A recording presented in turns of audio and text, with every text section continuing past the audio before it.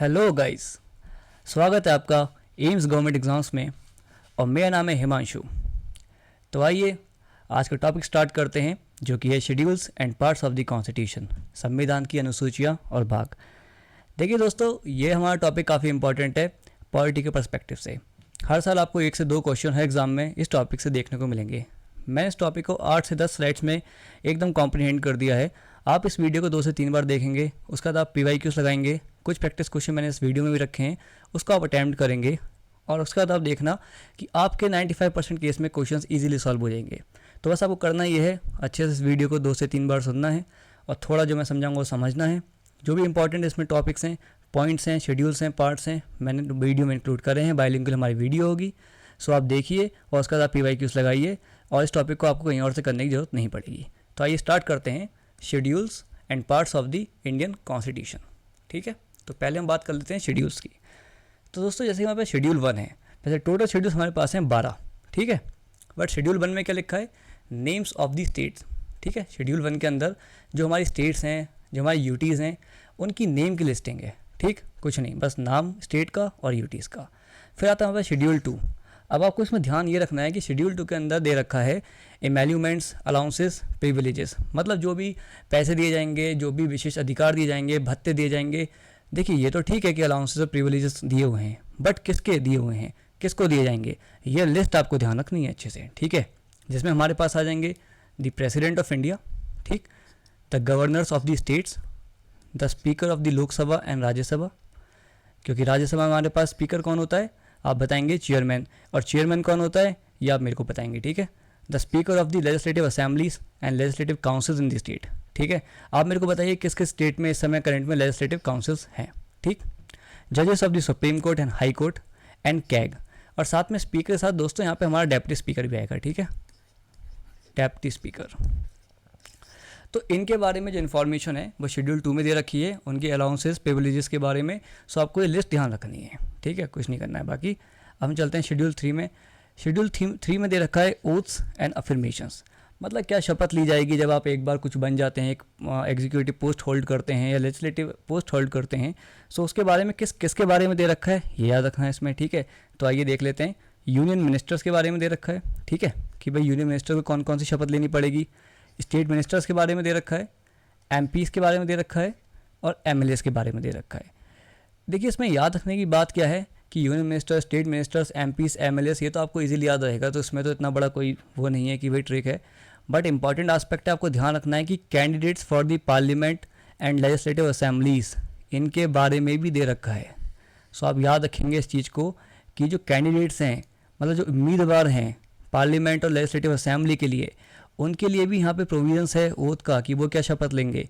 तो आमतौर पे हम कंफ्यूज हो जाएंगे अगर ये ऑप्शन में हमें दिखता है, तो ये आपको अच्छे से याद रखना है, candidates of the parliament and the legislative assemblies. बाकी जजेस हमारे supreme court as well as high court दोनों का दे रखा है। ठीक है, तो आइए आगे बढ़ते हैं। आगे आता है शेड्यूल 4। ठीक, शेड्यूल 4 में कुछ नहीं है, allocation of seats in the Rajya Sabha to the states and UTs. अब इसमें आपको एक बात ये ध्यान रखनी है कि किस किस यूटीज़ को राज्यसभा के अंदर सीट्स का रिप्रेजेंटेशन है। आप भी मुझको कमेंट सेक्शन में बताइए कि कौन कौन सी ऐसे यूटीज़ हैं। क्या सारे यूटीज़ को राज्यसभा के अंदर दिया हुआ है रिप्रेजेंटेशन, या फिर कुछ को दिया हुआ है, कुछ को नहीं दिया हुआ है। और एक बात और बताना कि क्या सारे यूटीज़ को लोकसभा के अंदर रिप्रेजेंटेशन दिया हुआ है। ठीक है, ये क्वेश्चन बनता है कि क्या भाई सारे यूटीज़ को पार्लियामेंट के अंदर रिप्रेजेंटेशन है, तो हाँ है, क्योंकि पार्लियामेंट के अंदर पार्ट आता है लोकसभा, और लोकसभा में हर यूटी को एक ना एक सीट, तो मिनिमम एक सीट तो दी हुई है। बट दोस्तों, ट्रिक यहाँ पे है कि राज्यसभा के अंदर हर यूटी को सीट ऐसा नहीं दी हुई है। कुछ यूटीज़ हैं जैसे कि पुडुचेरी है, दिल्ली है, जम्मू एंड कश्मीर है, सो इनको दी हुई है। बट और यूटीज़ हैं उनको सीट्स एज सच एलोकेटेड नहीं है फॉर दी राज्यसभा। बट आप इसमें मेरे को बताना कि किसको कितनी अलॉटेड है। ठीक है, आइए आगे बढ़ते हैं। शेड्यूल 5 सिंपल शेड्यूल्ड एरियाज़ हैं हमारे पास। शेड्यूल्ड एरियाज़ जो कि गवर्न करेंगे प्रेसिडेंट ऑफ इंडिया। ठीक, तो उसको लेके क्या प्रोविजंस रहेंगे, उनका एडमिनिस्ट्रेशन कैसे होगा, उनका कंट्रोल कैसे होगा, ये रखा है शेड्यूल 5 के अंदर। अब देखिए, शेड्यूल 5 में ऐसा सच कोई स्टेट के नेम नहीं दे रखे हैं। ठीक, कोई भी एरिया हो सकता है, किसी भी स्टेट में हो सकता है जहाँ पे ट्राइबल पॉपुलेशन है, जहाँ पे ज्योग्राफी ऐसी है, जहाँ पे कल्चर डिफरेंट है, जहाँ पे इकोनॉमी बहुत ज़्यादा बैकवर्ड है, तो वो शेड्यूल 5 के अंडर यहाँ पे डेजिग्नेट किया जा सकता है। ठीक, बट शेड्यूल 6 आप इसको ध्यान रखना अच्छे से, क्योंकि इसके अंडर ही ऑटोनोमस ट्राइबल काउंसिल्स बनती हैं। ठीक है, तो ऑटोनॉमस रीजन जो आपने सुना होगा, जैसे कि बोडोलैंड एरिया है ट्राइबल जुरिस्डिक्शन वाला, असम के अंदर है, ठीक है। तो आपको ये ध्यान रखना है कौन कौन सी स्टेट शेड्यूल 6 के अंदर आती हैं। तो 4 स्टेट आती हैं और ये अच्छे से ध्यान रखना है कि कौन कौन सी 4 स्टेट आती हैं, ठीक है। तो अपनी एक है असम, एक है मेघालय, एक है त्रिपुरा और एक है मिज़ोरम, ठीक है। असम, मेघालय, त्रिपुरा, मिज़ोरम। देखिए इस समय नॉर्थ ईस्ट काफ़ी ज़्यादा हाईलाइट में है, ठीक है। तो ध्यान रखना है कि मणिपुर शेड्यूल 6 में नहीं आता है। असम, मेघालय, त्रिपुरा, मिजोरम, यही 4 स्टेट हैं जो शेड्यूल 6 में आते हैं। और अगर पूछते हैं कि भाई आपकी जो ऑटोनॉमस जो ट्राइबल काउंसिल्स होती हैं या फिर जो डिस्ट्रिक्ट काउंसिल्स होती हैं वो किसके अंडर बनती हैं, तो वो शेड्यूल 6 के अंदर बनती हैं, ठीक है। आइए आगे बढ़ते हैं। और यहाँ पे शेड्यूल 6 में एक बात और ध्यान रखनी है कि स्पेशल पावर रहती है मेनली गवर्नर के पास। शेड्यूल 5 में तो चलिए प्रेसिडेंट के पास काफ़ी स्पेशल पावर रहती है, लेकिन शेड्यूल 6 में गवर्नर का ज़्यादा इंपॉर्टेंट रोल होता है, ठीक है। लाइक गवर्नर ऑफ असम, काफ़ी इंपॉर्टेंट पावर दे रखी है उनको, ठीक है। आगे बढ़ते हैं शेड्यूल 7 पे। देखो शेड्यूल 7 वैसे आप सभी को पता होगा कि डिवीज़न ऑफ पावर दे रखा है बिटवीन यूनियन एंड स्टेट्स। अब देखिए क्या होता था, जब हमारा कॉन्स्टिट्यूशन स्टार्टिंग बना था तो काफ़ी सारी पॉलिटिकल डिबेट चलती थी कि भाई इंडियन कॉन्स्टिट्यूशन तो फेडरल नहीं है नेचर में, यूनियन को बहुत पावर दे रखी है, एमरजेंसी के प्रोविजंस हैं और आपकी ऑल इंडिया सर्विसेज हैं, इसलिए हमारा जो फेडरल नेचर नहीं है टोटली। तो काफ़ी सारा क्रिटिसिज्म भी हुआ। तो अम्बेडकर जी ने एक आर्ग्यूमेंट दिया था, उन्होंने कहा था कि फेडरल होने के लिए किसी भी पॉलिटी को जो बेसिक रिक्वायरमेंट है ना वो ये है कि जो डिवीज़न ऑफ पावर है वो बाय दी कॉन्स्टिट्यूशन होना चाहिए। अगर कॉन्स्टिट्यूशन डिवाइड करता है पावर को between the state, between the centre and the state, so उसका मतलब वो जो पॉलिटी है वो फेडरल है, ठीक। अब ये शेड्यूल 7 में हमारे में देखने को मिलता है कि हाँ भाई सही बात है, संविधान ने खुद डिवाइड किए हैं the powers between the union and the state, ठीक है। तो अब इस बात को आप ध्यान रखेंगे कि शेड्यूल 7 में डिवीजन ऑफ पावर है between the union the state. अब एक बार देख लेते हैं कुछ इंपॉर्टेंट टॉपिक्स जो कि देखने को हमें मिलते हैं, किसमें बोला, यूनियन लिस्ट में, स्टेट लिस्ट में, कौन कौन लिस्ट में, ठीक है। तो यूनियन लिस्ट में देख लेते हैं, स्टेट लिस्ट में देख लेते हैं, क्योंकि कई बार ऐसा होता है ना क्वेश्चंस कैसे आते हैं वो मैच करने को दे देते हैं, which of the topics included in the union list, या फिर आमने सामने करके दे देंगे ऐसे करके। तो एक बार देख लेते हैं, ठीक है। तो यूनियन लिस्ट में क्या क्या आता है, देखो काफ़ी ईजी है, आप कॉमन सेंस से लगाएंगे थोड़ा समझ में आ जाएगा। Defence, army, international relations, ports, mainly major ports, ठीक है, जो मेजर पोर्ट्स हैं, रेलवेज़, हाईवेज़, कम्युनिकेशन। तो ये आपको देखने में समझ में आ रहा होगा कि हाँ यार ठीक है, ये कुछ ऐसी चीज़ें हैं जो ऑल इंडिया नेचर की हैं और ये सेंटर ही रेगुलेट करेगा तो ज़्यादा बेटर रहेगा। तो यूनियन लिस्ट हो गई। स्टेट लिस्ट में public order, law and order, land, police, public health, sanitation, ध्यान रखना पब्लिक हेल्थ स्टेट का मैटर है, ठीक है। Hospitals, dispensaries, batting and gambling, ये थोड़ा सा लगेगा कि आपको भाई हो सकता है कि भाई स्टेट का नहीं है, बट हाँ batting and gambling is the is comes under the state list, ठीक है, इस बात को ध्यान रखेंगे। और फिर आता है कॉन्करेंट लिस्ट, जो कि काफ़ी कंफ्यूजिंग है क्योंकि टाइम टू टाइम चेंज भी हुआ है, बट मैं आपको बताऊंगा जो सबसे बड़ा चेंज आया था with the 42nd constitution amendment act. तो अपने को पता होगा कि 42nd कॉन्स्टिट्यूशन अमेंडमेंट एक्ट आया था जिसे कहते हैं मिनी कॉन्स्टिट्यूशन, ठीक है, क्योंकि इसके तहत बहुत सारे चेंजेस आए थे कॉन्स्टिट्यूशन के अंदर, ठीक है। तो देखो इसमें कौन कौन से टॉपिक्स अपने स्टेट लिस्ट से कॉन्करेंट लिस्ट में डाले गए थे, ये ध्यान रखना है, तब से टॉपिक्स पूछे जाते हैं बार बार। Education, forestry, wild life, bird protection, मतलब वाइल्ड लाइफ प्रोटेक्शन मान सकते हो, administration of justice, weights and measures. तो ये अराउंड 5 टॉपिक्स हो गए, education, forestry, wild life protection, administration of justice, weights and measures. ये आते हैं हमारे अब कॉन्करेंट लिस्ट में, पहले ये आते थे स्टेट लिस्ट में, ठीक है। किससे चेंज हुआ, 42nd कॉन्स्टिट्यूशन अमेंडमेंट एक्ट से, ठीक। आगे बढ़ते हैं। Schedule 8 simple, languages recognized by the constitution. आप मेरे को बताइए कितनी लैंग्वेजेस ऑफिशियली रिकॉग्नाइज्ड हैं शेड्यूल 8 के अंदर, कमेंट सेक्शन में बताइएगा, ठीक है। मतलब बहुत ज़्यादा ट्रिकी क्वेश्चन तो नहीं बनता है, बट इतना ध्यान रखो शेड्यूल 8 के अंदर इंग्लिश लैंग्वेज नहीं दी हुई है, काम चल जाएगा, ठीक है। शेड्यूल 9 ये थोड़ा इंपॉर्टेंट है क्योंकि 1973 से पहले, केशवानंद भारती केस से पहले जितने भी क्या होता था कि जब लैंड रिफॉर्म्स आए थे ना आज़ादी के बाद, तो फंडामेंटल राइट जो था, राइट टू प्रॉपर्टी, उससे में उसको हटाया नहीं गया था कॉन्स्टिट्यूशन से। अब आपको पता है कि हमारा अगर फंडामेंटल राइट को ब्रीच करती है सरकार, तो आर्टिकल 32 के अंडर हम जा सकते हैं सुप्रीम कोर्ट, हाई कोर्ट। तो होता ये था कि कोई भी कानून लेके आ रहे हो तो लोग पहुंच जाते थे सुप्रीम कोर्ट। तो गवर्नमेंट ने क्या किया, अमेंडमेंट किया संविधान में, शेड्यूल 9 को ऐड किया। देखो ओरिजिनली 8 शेड्यूल थे, अब शेड्यूल 9 तभी आया जब वो जरूरत पड़ी, तो शेड्यूल 9 ऐड हुआ। उसके तहत क्या हुआ, अब जब भी सरकार को भाई लैंड रिफॉर्म्स लेके आने थे, किसी से कोई ज़मीन छीननी थी, किसी को बांटनी थी, रीडिस्ट्रीब्यूशन करना था लैंड का, तो उन्होंने वो जितने भी कानून थे उनको डालना स्टार्ट कर दिया उठा के शेड्यूल 9 के अंदर। और शेड्यूल 9 साफ साफ कहता है कि जो कानून शेड्यूल 9 के अंदर है वो जुडिशल स्क्रूटिनी उसकी नहीं हो सकती, आप उसको चैलेंज नहीं कर सकते सुप्रीम कोर्ट में, हाई कोर्ट में जाके कि भाई ये तो कानून हमारा फंडामेंटल राइट टू प्रॉपर्टी को वायलेट कर रहा है, ये कैसे आ गया। ठीक, तो ध्यान रखेंगे कि इसमें जो कानून डल गया, मान लो उसको जुडिशल स्क्रूटनी से ब्लैंकेट मिल गया, ठीक, बट एक यहाँ पे ट्विस्ट है, एक चेंज आता है। फिर सुप्रीम कोर्ट ने एक डिसीजन लिया, एक ऑर्डर दिया कि 1973 से पहले तो आपने जो कानून उसमें डाल दिए शेड्यूल 9 में, ठीक है, उनकी जुडिशल स्क्रूटनी नहीं हो सकती। लेकिन 1973 24 अप्रैल उसके बाद आपने जितने भी कानून इसमें डाले हैं उनको चैलेंज किया जा सकता है ऑन मतलब बिफोर द सुप्रीम कोर्ट, किस बिहाफ पे, कि हमारा फंडामेंटल राइट ब्रीच हुआ है इस कानून के तहत। ठीक है, तो इतना ध्यान रखेंगे, काम चल जाएगा। शेड्यूल 10 बड़ा फेवरेट है ये शेड्यूल, मेनली स्टेट पीसीएस का, एंटी डिफेक्शन लॉ। बार बार पूछ लेते हैं schedule 10 anti defection law. Anti defection law किस में आता है? शेड्यूल 10 में आता है। अमेंडमेंट ध्यान रखना, 52nd कॉन्स्टिट्यूशनल अमेंडमेंट आया था, आई थिंक 1985 में आया था, और 52nd था 1985 में आया था। शेड्यूल 10 ऐड किया था, क्या? Anti defection law. बस इतना ध्यान रखेंगे। अब फिर आता है आपका शेड्यूल 11, शेड्यूल 12, जो कि आई थिंक आपको पता भी होगा, 73rd and 74th constitutional amendment act. ठीक है, पंचायती राज एंड अर्बन लोकल बॉडीज़।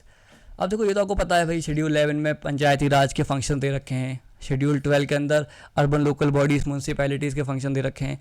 लेकिन मैंने आपको थोड़ी डिटेल दी है यहाँ पे, क्योंकि कुछ क्वेश्चन में ट्रेंड चेंज हो रहा है। क्वेश्चन ये नहीं पूछेंगे कि शेड्यूल 11 में क्या है, अब वो पूछेंगे कि कौन कौन से ऐसे फंक्शंस हैं जो आपके पंचायती राज परफॉर्म कर सकती है, ग्राम सभा परफॉर्म कर सकती है, या जुरिस्डिक्शन क्या है ग्राम सभा की या म्यूनसिपैलिटी की। तो वैसे तो आमतौर पे गैस कर लोगे, लेकिन कुछ टॉपिक्स ऐसे जो गैस नहीं कर सकते हम, तो एक बार जल्दी से ओवरव्यू ले लेते हैं। ठीक है, अब देखो कितनी बढ़िया बात, लैंड रिफॉर्म्स। हमें लगेगा कि भाई सेंट्रल गवर्नमेंट स्टेट गवर्नमेंट करेंगी लैंड रिफॉर्म्स, तो नहीं भाई, ग्राम सभा, पंचायती राज इंस्टीट्यूशंस ये भी लैंड रिफॉर्म्स कर सकती हैं। ठीक है, land consolidation, soil conservation, minor forest produce, small scale industries, education, primary secondary schooling, training, vocational education, formal education, non formal education, health and sanitation, यहाँ तक कि family welfare, women and child development. बल्कि women and child development एक ministry होती है अलग से। अगर ये क्वेश्चन आएगा ना एग्ज़ाम में, तो हमें लगेगा यार ये तो एक अलग से मिनिस्ट्री है सेंट्रल गवर्नमेंट की, तो ये तो ग्राम सभा का नहीं हो सकता फंक्शन। बट देख रहे हो, women and child development function है, शेड्यूल 11 में दिया हुआ है ग्राम सभा का, याद रखना है। ठीक है, आगे बढ़ते हैं।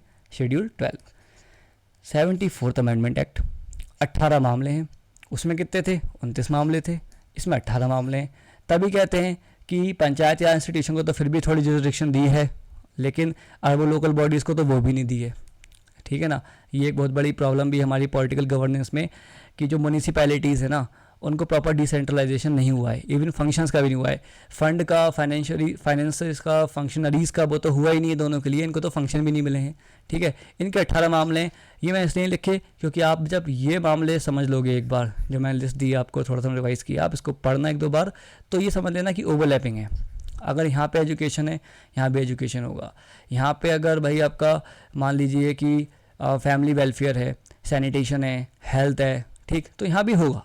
ठीक, तो ऐसे करके अपने को समझ के चलना है। तो 12 शेड्यूल तो आपके मैंने जो भी रेलिवेंट डिटेल्स थी, इन्फॉर्मेशन थी, बता दिया है। अब हम चलते हैं इसमें अपने पार्ट्स ऑफ द कॉन्स्टिट्यूशन पे, जल्दी से एक झलक मार लेते हैं पार्ट्स पे। फिर कुछ MCQs हैं, वो आप खुद से लगाइएगा और बताइएगा मेरे को। देखो वो जितने भी क्वेश्चन हैं ना, PYQs हैं, और सबसे बढ़िया बात होती है PYQs करने की, हमें पता लग जाता है हमारी डेप्थ ऑफ नॉलेज कितनी है, क्या हम पेपर में जो एग्जामिनर का माइंडसेट है उसको पढ़ पा रहे नहीं पढ़ पा रहे। ठीक है, और ये क्वेश्चन रिपीट होते हैं, और आपने अगर इतना कर लिया बार बार, काम बन जाएगा।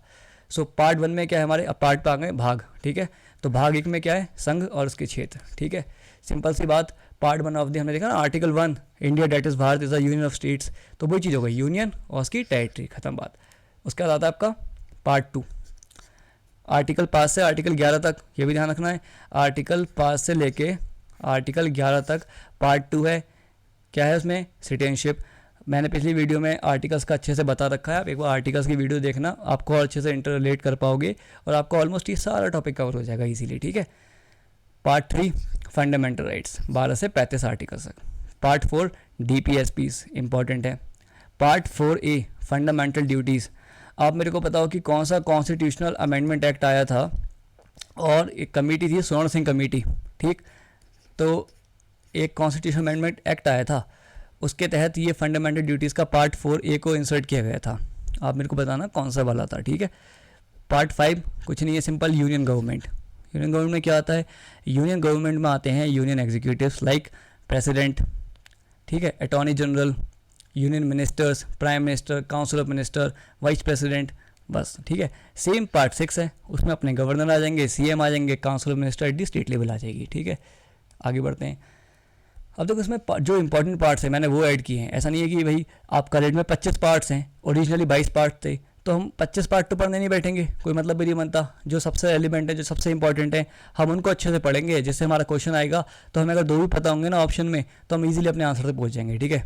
Part 8 union territories. पार्ट 9 याद रखेंगे बहुत अच्छे से, पंचायत के बारे में पार्ट 9 में दे रखा है, ध्यान रखना। पार्ट 9A है म्यूनिसिपैलिटीज़ के लिए, बट पार्ट 9 है पंचायत के लिए, ठीक है। फिर पार्ट 9B, जो कि मैंने आपको शायद लास्ट वाली वीडियो में बताया था कि 97 कॉन्स्टिट्यूशनल अमेंडमेंट आया था, उसके तहत कोऑपरेटिव्स को यहाँ पे कॉन्स्टिट्यूशनल स्टेटस दिया गया था, और पार्ट 9B तभी ऐड हुआ था, ठीक। Part 10 scheduled and tribal areas, वही सेम चीज़ जो हमने देखा था शेड्यूल 5 और शेड्यूल 6 के अंदर। सो है पार्ट 10, उससे रिलेट कर सकते हो आप, ठीक है, शेड्यूल्ड एंड ट्राइबल एरियाज़ के साथ। पार्ट 12 फाइनेंस, जो कि अपनी फाइनेंस कमीशन होती है, या GST काउंसिल वगैरह सब पार्ट 12 के अंदर है, ठीक। फिर आता है आपका part 13 trade and commerce. Part 14 civil services, union की, स्टेट की और ऑल इंडिया सर्विसेज, जो कि 3 है हमारी, IAS है, IPS है और इंडियन फॉरेस्ट सर्विस है। ये 3 हमारी ऑल इंडिया सर्विसेज हैं, ठीक है। इंडियन फॉरेस्ट है, देखो इंडियन फॉरेन सर्विस यूनियन में आती है, बट ऑल इंडिया की जब बात आएगी तो IAS, IPS और इंडियन फॉरेस्ट सर्विस, ठीक है। आगे बढ़ते हैं। पार्ट 14A इंपॉर्टेंट है, बहुत ज़्यादा फेवरेट टॉपिक हो चुका है ट्रिब्यूनल्स का, आजकल बहुत क्वेश्चन आते हैं इस पर। तो पार्ट 14A ध्यान रखेंगे, this is about tribunals. Article 323A 323B। ए कहता है एडमिनिस्ट्रेटिव ट्रिब्यूनल्स के बारे में, बी कहता है अदर रिलेटेड ट्रिब्यूनल्स के बारे में, ठीक। एडमिनिस्ट्रेटिव ट्रिब्यूनल सिर्फ सेंट्रल गवर्नमेंट स्टैब्लिश कर सकती है, जैसे CAT, central administrative tribunal, SAT. State administrative tribunal, ध्यान रखना सिर्फ सेंट्रल गवर्नमेंट स्टैब्लिश करेगी आर्टिकल 323A के अंडर। लेकिन आर्टिकल 323B के तहत जो अदर रिलेटेड मैटर्स हैं, नेशनल कंपनी लॉ ट्रिब्यूनल हो गया, ग्रीन ट्रिब्यूनल हो गया, या किसी कंज्यूमर फोरम वाला ट्रिब्यूनल हो गया, तो वो तो स्टेट गवर्नमेंट भी स्टैब्लिश कर सकती है, सेंटर भी कर सकती है, कोई दिक्कत नहीं है, ठीक। फिर अपना आता है part 15 elections. Part 17 official language. Official language में आपको पता ही होगा आर्टिकल आई थिंक 343 है, जो कहता है Hindi to be the official language, ठीक है। उसके बाद अपना आता है पार्ट 18 एमरजेंसी प्रोविज़न, ठीक है। आर्टिकल 352 से लेके आर्टिकल 360 तक, जिसमें आपकी स्टेट इमरजेंसी, जिसे हम प्रेसिडेंट रूल भी कहते हैं, national emergency and financial emergency आ जाएगी, ठीक। आर्टिकल 352 से 360 तक। फिर आता है अपना पार्ट 20, जो कि एक इम्पॉर्टेंट पार्ट है, amendment of the constitution. Article 368 important article है, ये बताता है कि किस किस तरीके से किस किस मैटर में आप कॉन्स्टिट्यूशन को अमेंड कर सकते हो। इसी पार्ट की और इसी आर्टिकल की वजह से हम कहते हैं कि Indian constitution is flexible constitution, जिसको अमेंड कर सकते हैं time to time, changing dynamics के साथ आप उसको वैसे ही मोल्ड कर सकते हो, ठीक है। बट मैंने आखिरी में एक समरी दे दिया है कि टोटल पार्ट जो हैं ओरिजिनली 22 थे, अब हो गए 25, ठीक। और जो इम्पॉर्टेंट है हमने अच्छे से कवर कर लिए, और जो शेड्यूल्स हैं वो ओरिजिनली थे 8 और अब कितने हैं 12, वो मैंने आपको बता भी दिया है कौन सा अमेंडमेंट से कौन सा शेड्यूल ऐड हुआ है, ठीक है, पूरे हिस्ट्री के साथ। अब हमने जब ये थ्योरी वाला पार्ट अच्छे से कवर कर लिया है, अब कुछ MCQs हैं वो आप खुद सॉल्व करेंगे, लेकिन उससे पहले बस आप एक काम ये कर लेंगे कि थ्योरी वाला पार्ट 2 से 3 बार देख लेंगे। और मैं आपको एश्योर कर सकता हूँ इस बात का, आपने इस पार्ट को अच्छे से कर लिया ना, थ्योरी वाले पार्ट को, तो आप ये जो क्वेश्चंस है ना, इनको, ये क्वेश्चन छोड़िए, आप किसी भी सोर्स से PYQs उठाना और सॉल्व करना, आप बहुत अच्छे से सबको अटैम्प्ट कर लोगे, सारा सॉल्व कर लोगे, ठीक है। ये अराउंड मैंने यहाँ पे 4 से 5 क्वेश्चन रखे हैं, आप इनको करना, आपको पता लगेगा कि हाँ देखो कितना इजीली आप कर पा रहे हो, ठीक। और इस वीडियो को उससे पहले 2 से 3 बार जरूर देख लेना, ठीक है। चलिए, थैंक यू सो मच बने रहने के लिए। मिलते हैं नए टॉपिक के साथ अगली वीडियो में।